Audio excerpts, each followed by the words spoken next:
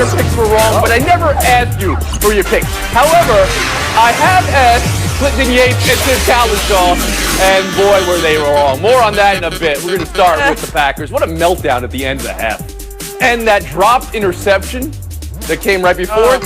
And Devontae Adams dropping a touchdown, and St. Brown, the two-point conversion. These are all huge point swings in the game. But even after all that, Matt LaFleur's decision down 8, just over 2 minutes to go, to kick and not go for it on 4th down is where we start. There's second guessing, there's first guessing, hindsight, foresight. Super Bowl was on the line. Aaron Rodgers is your quarterback, and they elected to give the ball back to Tom Brady.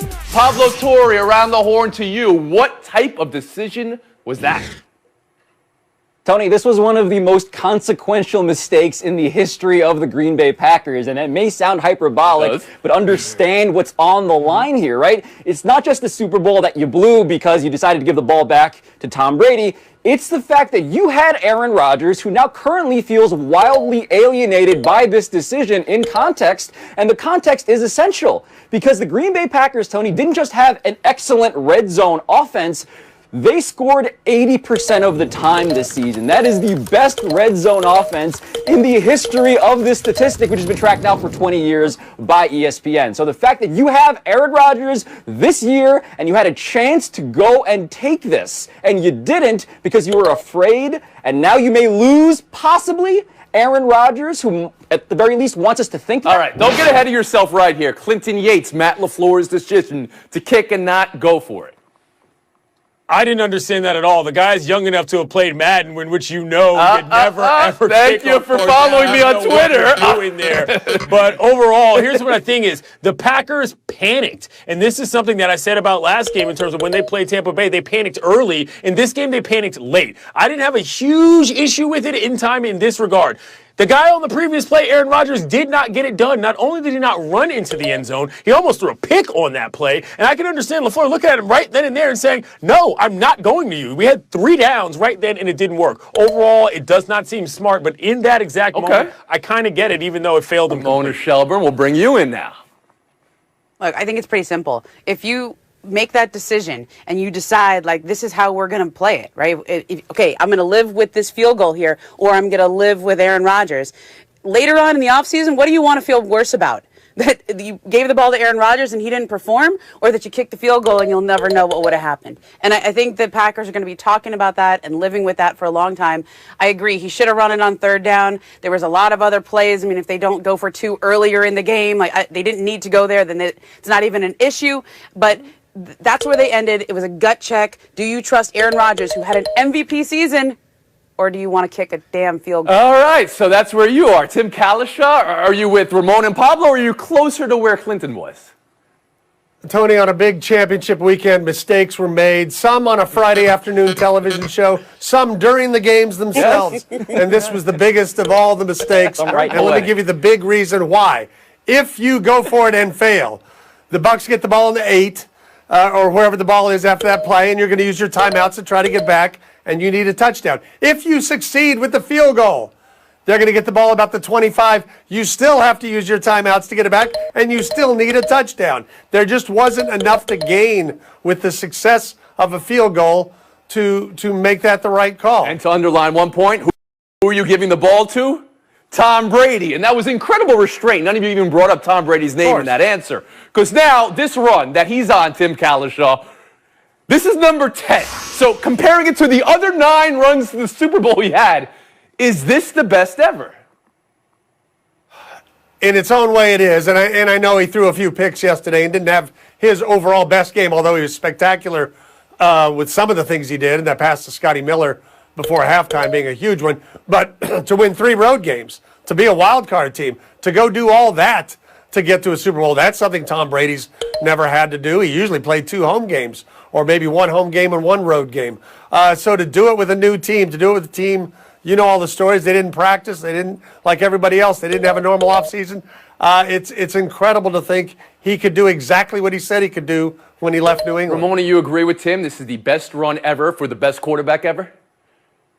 I mean, his age, the new team, everything that Tim laid out where they didn't have the training camp like you normally have. Plus, in the 9 previous Super Bowl runs, there's been only 3 road games. 15 of the 18 games that Tom Brady played in his to get to the last 9 Super Bowls were at Foxborough. So that's how unprecedented those 3 road games were for Tom Brady. So in the aftermath of it all, you've been hearing the best athlete ever debate. It's kind of wonky, I would say, but you want a ruling on that, Clinton Yates?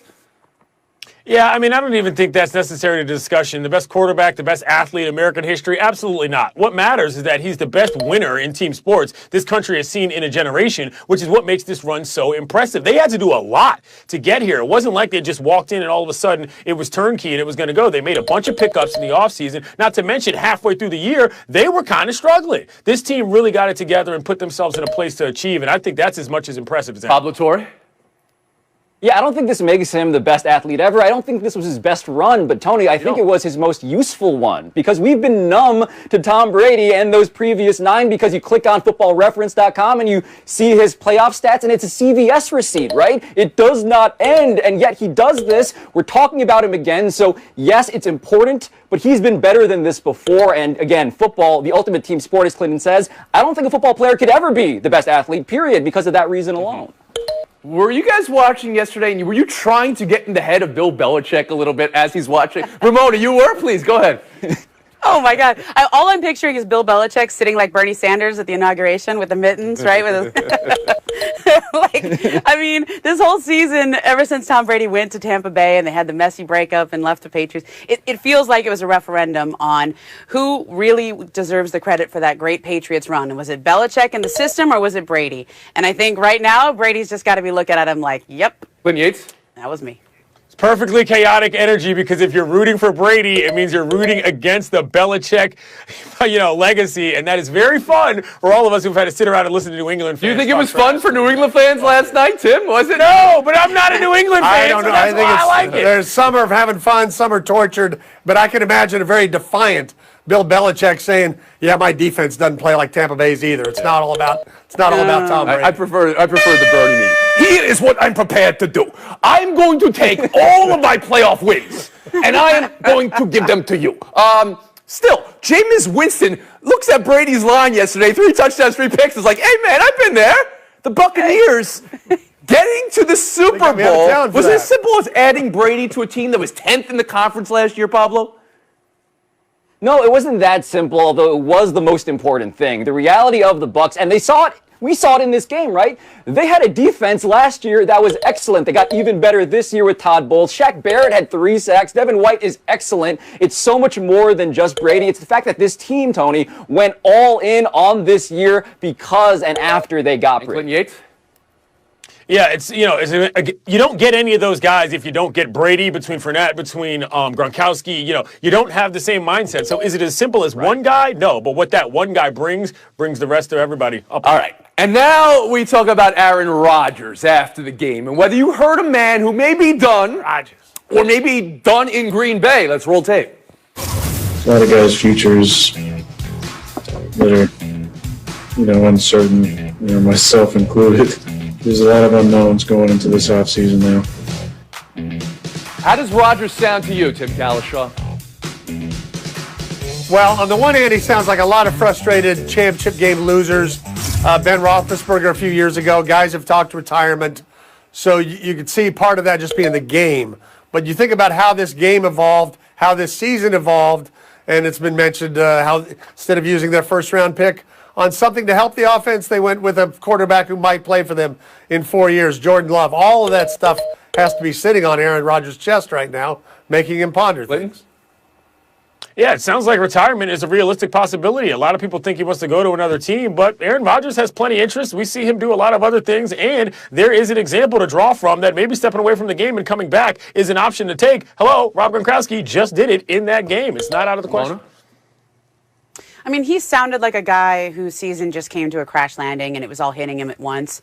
He had an MVP kind of season, and I think that that when that hits you like that, all those emotions are coming out, like Tim said, you feel it like that, and you sound like you might want to leave. I do think that the Packers need to make every effort, and Matt LaFleur started that with his comments post-game saying, hell yeah, we want him back. Like, we're going to do what we can to keep him happy. And so I wonder if he's going to make a decision based off of how he feels right now, or if he's going to wait and see what the Packers do in their offseason and how they retool around him. And Pablo. He sounds, Tony, like I sounded when I put the lyrics of Drift Away as my away message on Instant Messenger in college because I just got dumped. Like, he is clearly hurting right now. He's in a tough relationship right now, and the reason he's hurting is because this is a recurring nightmare, right? Mike McCarthy used to do the stuff that Matt LaFleur has been doing, which is kick field goals instead of go for it. He thought this was going to be a whole different experience. He's trapped in the old cycle that he thought he had escaped, and yes, I think he's contemplating his life and his existence. But we were just talking about 10 for Brady. And it's 1 for Rodgers. Tim, you said before we sat down, Brady has now the same number of NFC championships as Rodgers. 1, like Rex Grossman, Bears fans have pointed out. Clinton, is that a team failure, a Rodgers failure, or is that just team football? I think it's a team failure, like I said before, which hasn't counted for much today. I think that if there was one quarterback you'd take behind Tom Brady in the entire league, it would be Aaron Rodgers. Those teams, that's a different discussion. We'll get to Patrick Mahomes in a second. Shelburne, how about you? Well, you know what? I don't know that Aaron Rodgers strikes me as a guy who's cared all that much about his place in history. He doesn't seem like he's motivated by where he ranks amongst his contemporaries. He's a really good football player, and he wants to win. And I remember our colleague Mina Kimes had a great story on him a few years ago, where when he did get that one championship, it was incredibly validating for him. But I don't know that he's necessarily looking at the trophy case and trying to catch Drew Brees and his other contemporaries. You know, it was 10 years ago. Our city hosted a lovely Super Bowl. Great weather. Everybody enjoyed it out there in Arlington. You could have told me Aaron Rodgers is not going to go to another Super Bowl the next 10 years, and I would have said there's no way in the world that happens. This is a franchise. Favre and Rodgers, their quarterbacks for the last 30 years, 2 championships. 2. You guys want to talk about the refereeing? Oh, did I bring up that? Did I bring it up too late? Because there's no such thing as a late flag here, apparently. That was a hell of a That's not a call you saw all game. How do you go forward as you pull the You didn't jersey? see it all game. They didn't have a penalty flag until halfway through the third quarter. Are you all right with that flag? No. Yeah, I'm also all right with the refereeing on this show, too. Oh, don't worry about the refereeing on this show, Clinton. We'll be back in 2 minutes.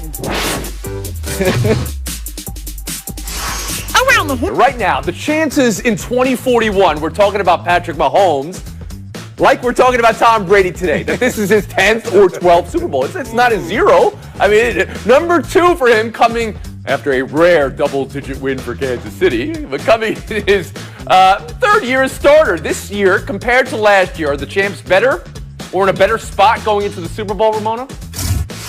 Yeah, they're playing with that championship swagger, right? They're the 14th team who won a Super Bowl to go back to the Super Bowl. But the last team who actually won it in their repeat was Tom Brady back in 2004. So it's pretty rare. And I think that the fact that Chiefs even got back there is a testament to how much swagger and confidence they have after last Lynn, year. And you agree this team is better this year? I agree, and it's still amazing to me how they're not just outperforming people, but they're out-scheming them. Every single person in America knows who their weapons are, and every single time they catch a touchdown pass, they're wide open. Travis Kelce never seems to have anybody on them. It's amazing. It's almost like who would pick the Bills on Friday on Friday's show. It's almost like that. Speaking of, Tim Calishaw, welcome to the program here.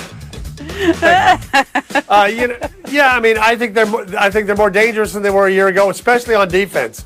People think they're not very good on defense because some of their stats aren't great, but they're very creative. They make big plays. Buffalo have never figured out their blitz. Pablo Torre? Yeah, they're not a better team in terms of the body of work. They kind of went on cruise control during the season, won a lot of close games, those last 9 games they played. But now, Tony, they have a bigger obstacle, which is their left tackle, Eric Fisher, is out for the Super Bowl. So for me, that may be the biggest difference between repeating and not. Especially after seeing what Jason Pierre-Paul did in the NFC Championship. Ooh. The Bills were up 9-0. You know KC's coming. You know they're going to go on a run. They do it at every game. So Sean McDermott's decisions for field goals at the end of the half and again in the second half, kind of tough. In hindsight, you have to like the future for Buffalo. How did Josh Allen look to you yesterday, Clinton? And how close is this team? This team is about as close as all those teams that went up against, I don't know, like Michael Jordan in the 90s are trying to deal with Patrick Mahomes and the Chiefs. I mean, I think that they're an excellent squad, and I don't have a problem with his decision to get points because you don't want to end up getting snowed by the Chiefs, then you're too far in the depth to be able to get back. But yeah, as long as the Chiefs are in the league, you're not going far. But I think the Bills are in a decent place to contend and not pretend as they had for a while. I think Buffalo's really good, but how is Josh Allen going to respond next year to having a bad game yesterday with some of the decisions he made and all those good young quarterbacks in the AFC? Is he going to separate from them, or is he just going to be in that big mix that wants to be up there against Pablo, did you see a bad game from Josh Allen yesterday? Bad game from the Bills? What do they look like going forward? A bad game from Josh Allen, a worse game from the defense, which really needed to do better than just let Patrick Mahomes stroll right to the Super Bowl. The Sean McDermott thing, by the way, too, Tony, I hated that. I hated that simply because the first drive of the game, 4th and 1, he goes for it. But then when it actually really needs it, he clams up and gets scared, and that's... I said this before. I heard it again. There was an echo. This is an age, the coaches are old enough to have played Madden and Tecmo growing up. Yes. They know never kick. Go for it on 4th down. Ramona Shelburne, how about you?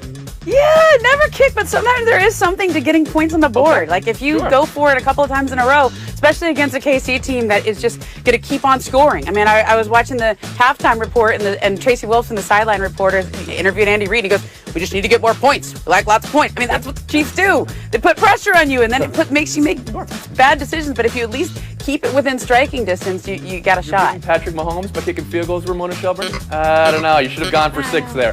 We'll move on. We only have 2 weeks to talk about it, so let's get it in now. Buccaneers home Super Bowl. We've heard so much about this. What type of advantage is home field for the Bucs in the Super Bowl, Tim? Well, we've waited over 50 years to find out, and we're really not going to find out because there's not going to be 80,000 people in the stadium, and you know the seats are going to be divided up. It's an advantage, but it's 1 point. It's not 3.5 points. Yeah, I would say it's 0.0 points because the Bucs, to begin with, had one of the worst home field advantages over the last decade. Then you had the pandemic. You had the fact that a lot of essential workers who are vaccinated will be comprising the audience. They're not going to have that many fans in an empty arena to begin with.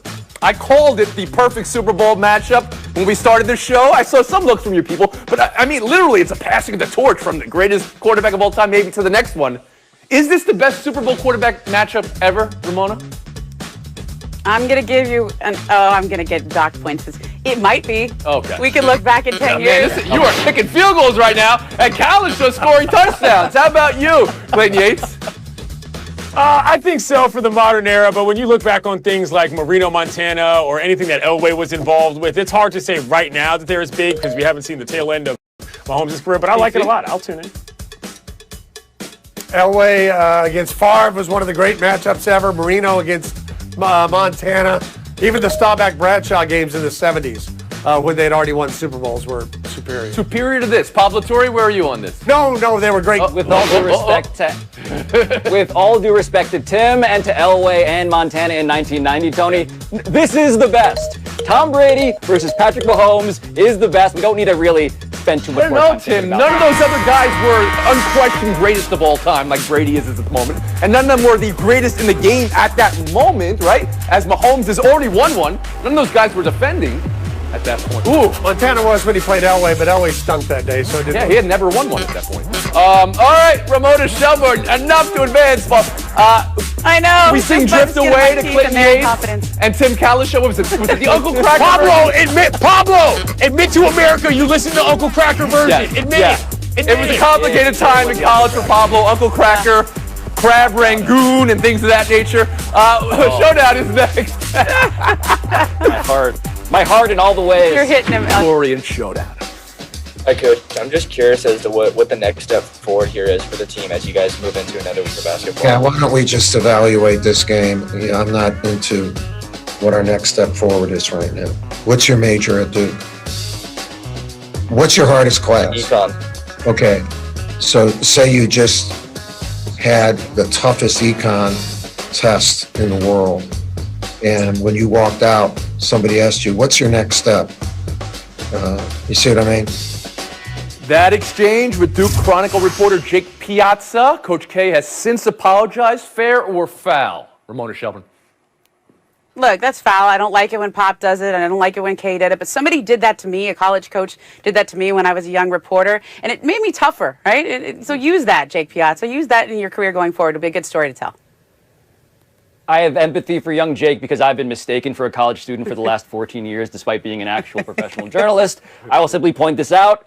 Louisville's not the toughest test in the world for Duke. I'm sorry. It's just not. That's true. That's true, Pablo. Best advice, though, from Ms. Shelburne here. Jake, use that going forward. It will propel you. And this propels Shelburne. Well, I think we all remember where we were last year tomorrow when we heard that Kobe Bryant had been killed in a helicopter accident. I know where I was. I can remember the details of that day very vividly. But you know who doesn't want to remember that day? Vanessa Bryant and his kids. And she's made that very clear on social media. She doesn't want the discussion tomorrow to be a remembrance of the day he died.